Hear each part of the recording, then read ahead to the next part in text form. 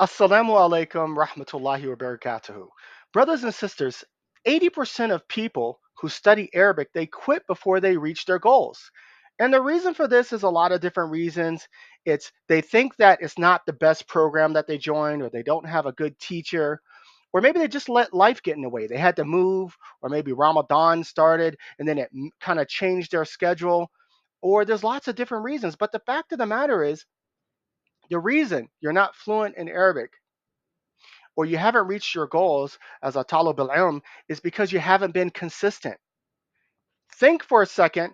It's like you're walking through the forest, right?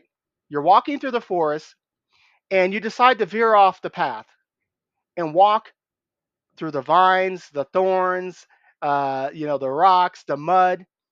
And then you're like, wow, this is too tough. It's so thick, this forest. I can't do it. So you go back to the path.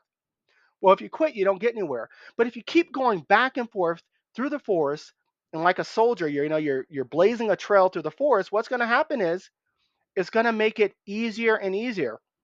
And this is how our mind works when we create new habits. The way the neurotransmitters in our mind works, uh, the way our mind builds new habits, is we have to keep doing things long enough for it to be easier. But if you stop going through the forest, the vines and the foliage and the grass and the trees will keep covering up the path that you made, and then you feel like you're starting from the beginning all the time.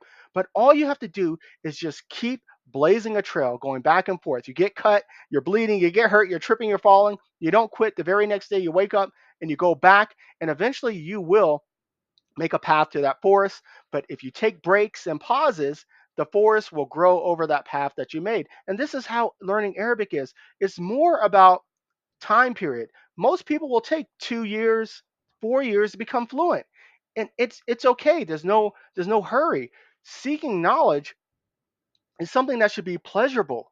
We're doing it because we want to become better believers, have more knowledge, and become more fearful of our Lord. And that's why we're seeking knowledge. We're doing it as an act of worship. And it is worship, and it's pleasurable.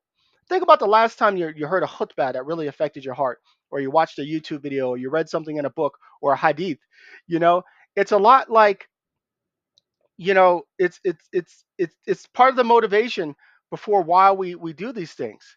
But if you don't quit, you're going to reach those goals. So remember, having a goal is the most important thing. We don't want to say we just want to learn Arabic. Why do you want to learn Arabic? Do you just want to be able to ask for directions in a foreign country? Do you want to open up a book, a mustalah hadith, and be able to get to the point where you can figure out which hadiths are correct or not? Do you want to understand all of the Quran when you read it? You got to have a goal. Is it fiqh? You want to get better at fiqh? You want to become a better da'i and help spread the message of Islam? So your goal is going to determine how you learn Arabic, because there's different programs and there's different things that you could be focusing on. But if you don't have the right goals and you're not working towards the right path, it's going to really affect what you're doing. So this is why it's very important to start with the goals. And a good accountability coach will work with you once a week or once a month, whatever fits your schedule, and we will systematically remove all of those barriers between you and your goal that you're trying to reach in learning Arabic. Because family, life, school, maybe you're working multiple jobs, all these things can be navigated. And that's why it's good to work with a coach, because a good coach is all about helping you to create new possibilities. Maybe you've paused and you tried in the past. Maybe you're middle age, maybe you're a little older, and life just keeps getting in the way. It's not a problem. This is what coaching is all about. It's about creating new possibilities that did not exist before. So if this resonates with you, please like, subscribe, and visit the website staywitharabic.com. And inshallah, I'll see you in the next video.